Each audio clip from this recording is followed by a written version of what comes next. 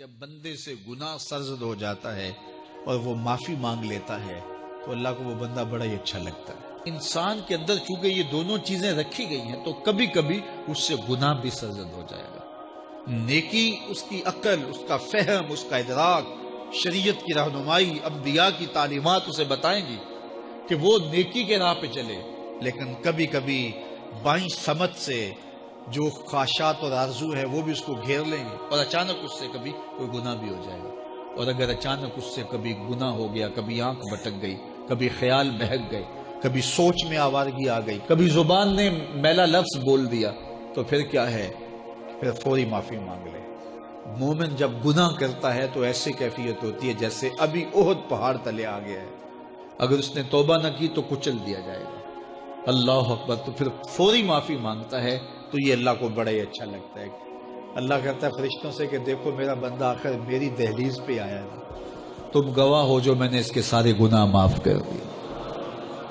تو گناہ کے بعد جو شرمندگی ہے، دیکھیے ایک اور جملہ کہتا ہوں، نیکی کرنے کے بعد جو تکبر پیدا ہوتا ہے، میں بڑی نیکی کر لی ہے، اور باقیوں کو بندہ حقیر سمجھنے لگتا ہے، اور اس سے کوئی غلطی سرزد ہو جائے اس کے بعد شرمندگی ہوتی ہے اور اپنے آپ کو چھوٹا سمجھنے لگتا ہے اور اللہ سے معافی مانگتا ہے، تو اس نیکی کرنے کے بعد وہ جو آپ کے اندر تکبر اور رعونت اور عجب پیدا ہوا، اس سے کہیں بہتر ہے کہ آپ سے اگر کوئی خطا سرزد ہوئی تھی تو اس سے آپ کے اندر عجز اور توبہ کا جذبہ پیدا ہو۔ اور اللہ کو یہ بڑا پسند ہے کہ کوئی بندہ، چونکہ ممکن ہی نہیں ہے کہ جب انسان ہے اس کے اندر یہ خواہشات رکھی ہیں تو کبھی اس سے، یہ انبیاء کی ذوات ہیں جو پاک ہیں، باقی کبھی کچھ خطا سرزد ہو جائے گی، اس سے معذرت کر لیں۔ آپ نے نام سنا ہوگا ایاس کا، محمود غزنوی کا بڑا محبوب وزیر تھا اور بہت زیادہ بادشاہ اس سے محبت کرتا تھا، تو آیان سلطنت جلتے تھے،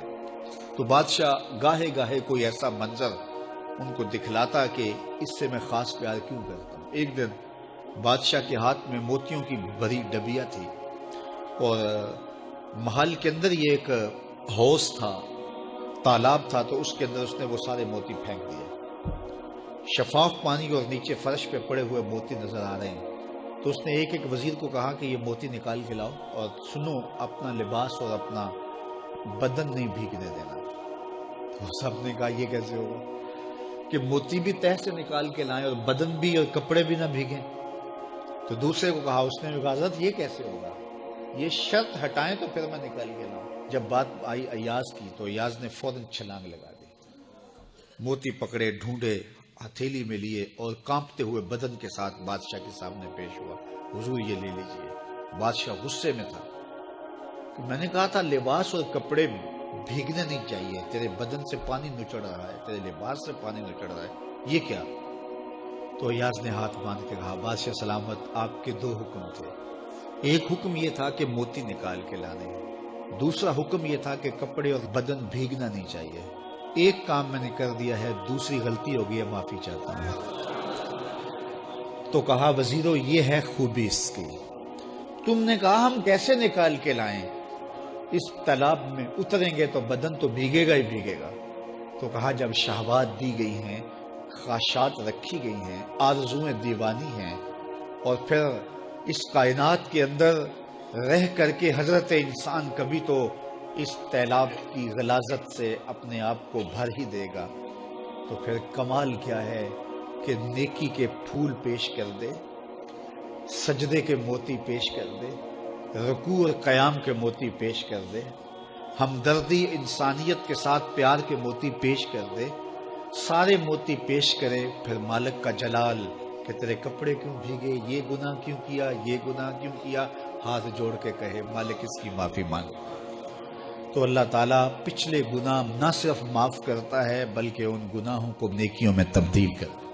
وہ ایک فقیر بادشاہ کے دربار میں جا نکلا نا، تو کہا کہ بادشاہ یہ تخت و تاج کیا ہوتے ہیں، اس کی کوئی قیمت نہیں ہے۔ تو بادشاہ ہنس کے کہنے لگا اس فقیر کو باہر نکالو، اسے کیا پتا ہے کہ تخت و تاج کیا ہوتے ہیں، اس کی لذت کیا ہوتی ہے، جب خدام کھڑے ہوتے ہیں، استقبال کر رہے ہوتے ہیں، جب تخت پہ بیٹھے اور ساری رعایا نیچے بیٹھی ہوتی ہے۔ اس نے کہا نکالو فقیر کو، اس کو کیا پتا۔ بادشاہ ایک دن شکار کرنے گیا تو وہاں اس کا گھوڑا جو ہے وہ سرکش ہو گیا اور ایسی جگہ پہ لے گیا کہ جہاں نہ پانی تھا اور نہ کوئی اور چیز.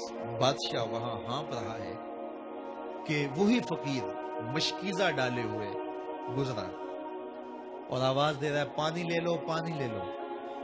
بادشاہ کی تو موت واقع ہونے والی تھی, آخری ہچکیاں تھی تو اس نے آواز دی پانی.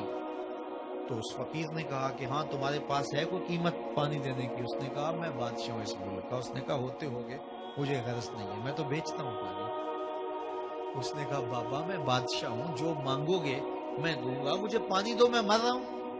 اس فقیر نے کہا آدھی حکومت لگے گی. اس نے کہا آدھی لے لینا, مجھے پانی تو دو, کیونکہ مر گیا تو ساری جائے گی. اس نے پانی کا گھونٹ دیا, پیاس کی شدت تھی, جب پانی کا کٹورا اس نے منہ سے لگایا تو پانی حلق میں اٹک گیا. اب پھر دوبارہ مصیبت بن گئی. تو اس فقیر نے کہا کہ میں حکیم بھی ہوں, اگر کہو تو تمہارا علاج کر دوں. اس نے کہا ضرور کرو, لیکن اس نے کہا میں یوں ہی نہیں کروں گا, آدھی باقی حکومت بھی لگے گی, وہ بھی لکھ دو. اس نے چمڑے کے اوپر لکھوا لیا, ساری حکومت لکھوا لی, اور اس نے اس کا علاج کیا فوری. جو اس کے پاس ٹوٹکا ٹونا تھا تو اس کا پانی حلق سے نیچے اتر گیا. بادشاہ گھوڑے پہ بیٹھا واپس آیا, وقت گزر گیا, عرصہ بیت گیا. بادشاہ پھر تخت پہ بیٹھا تھا, وہی فقیر بھیس بدل کے دوبارہ آ گیا. پھر اس نے نصیحت کی کہ آخرت کو یاد کرو, یہ دنیا کچھ نہیں ہے, 4 دن کی کہانی ہے. بادشاہ نے کہا تو میرا خیال ہے پہلے بھی کبھی آیا تھا, تو نہیں سمجھتا تخت و تاج کی لذت کیا ہے. اس نے کہا اس کی کوئی قدر و قیمت نہیں ہے, چھوڑ اسے, آخرت سب کچھ ہے. تو اس نے کہا نکالو اس فقیر بابے کو, یہ اس دن بھی آیا تھا تو آج پھر آ گیا ہے, اپنی راہ لے بابا. اس فقیر نے اپنے تھیلے سے وہ چمڑے کی دستاویز نکالی جس کے اوپر اس نے ساری حکومت لکھ کے دی تھی. اس نے کہا بادشاہ یہ ہے تیری حکومت کی قیمت, صرف 2 گھونٹ پانی, جس پر تو نازاں ہے, جس پر تجھے فخر ہے, تو قبل اس سے سورج مغرب سے طلوع ہو جائے, توبہ کا دروازہ بند ہو جائے, سانسیں اٹک کے حلق تک آ جائیں, اور ہماری زندگی کا دفتر سمیٹ دیا جائے, اور پھر پچھتائیں ہائے جو چند لمحے ضائع کیے, ہائے جو زندگی برباد کی وہ کیوں برباد کی. کل کے پچھتاوے سے بہتر آج کا پچھتاوا, زندگی پلٹ ہوگا, وقت پر کافی ہے ایک قطرہ بھی آب خوش ہنگام کا, جل گیا جب کھیت برسا بھی تو پھر کس کام کا. آئیے میں اور آپ اپنی زندگی کو مالک کی چوکھٹ پہ, مالک کی دہلیز پہ لے جائیں, اس کے حضور سچی توبہ کریں, رجوع لائیں, اپنے گناہوں سے معافی مانگیں. وہ کریم ایک آنسو سے سارے گناہ معاف کر دے گا. اپنی آخرت کی تیاری کریں, کاروبار دنیا بھی کریں, لیکن اصل ہماری زندگی آخرت کی زندگی ہے. صحابہ کو خندق کھودتے دیکھا تو پیار آیا تو یہی کہا اللہم ان العیش عیش الاخرہ, اے اللہ زندگی تو آخرت کی زندگی ہے. فاغفر للانصار والمہاجرہ, میرے انصار کو بھی بخش دے, میرے مہاجروں کو بھی بخش دے. تو اللہ تعالی ہم سب کی مغفرت فرمائے. زکوٰۃ کا نصاب کیا ہے؟ 7.5 تولے سونا یا 52.5 تولے چاندی, یا ان میں سے جس کی قیمت کم ہو اس مقدار کی رقم, اس پہ 1 سال گزر جائے تو زکوٰۃ واجب ہو جائے گی. اور اگر کوئی تاخیر کرتا ہے تو گنہگار ہوگا, لیکن اگر کوئی ایڈوانس بھی دے دیتا ہے تو زکوٰۃ اس کی بھی ہو جائے گی, کہ 2 سالوں کی اکٹھی زکوٰۃ دے دیتا ہے تو یہ بھی جائز ہوگی کہ اس نے ایڈوانس زکوٰۃ دے دی. اب زکوٰۃ کے مصارف کیا ہیں؟ زکوٰۃ کے مصارف جو ہیں وہ 8 ہیں. فقیر کو زکوٰۃ دی جائے گی. فقیر وہ ہوتا ہے جس کے پاس کچھ بھی نہ ہو, نہ گھر ہو, نہ مکان ہو, نہ اس کے پاس کوئی زر ہو, بس بالکل خالی مخالی, ایسا شخص فقیر کہلاتا ہے, تو اس کو زکوٰۃ دی جائے. دوسرا مصرف مسکین ہے. مسکین ایسے شخص کو کہتے ہیں کہ جس کے پاس اپنا ذاتی گھر تو ہے اور تھوڑا بہت کام کاروبار بھی ہے, بچوں کی روٹی روزی بھی چلتی ہے, لیکن اس کے پاس اتنے پیسے جمع نہیں ہوئے کہ وہ نصاب کی ملک تک پہنچے. یعنی 7.5 تولے سونا یا 52.5 تولے چاندی یا ان دونوں میں سے کسی ایک کی قیمت اس کے پاس نہیں ہے تو وہ مسکین کہلائے گا، تو وہ بھی زکوٰۃ کا مستحق ہے۔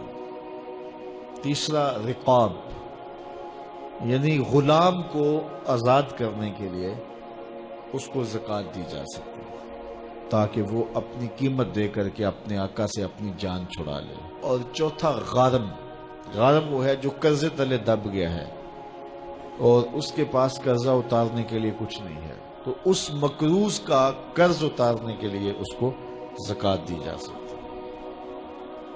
پانچواں شخص فی سبیل اللہ، فی سبیل اللہ وہ شخص ہے کہ جو اللہ کی راہ میں نکلا ہوا ہے، جو مدارس دینیہ کے طلبہ ہے وہ بھی زمرے میں آتے ہیں، ان کو زکوٰۃ دی جا سکتی ہے۔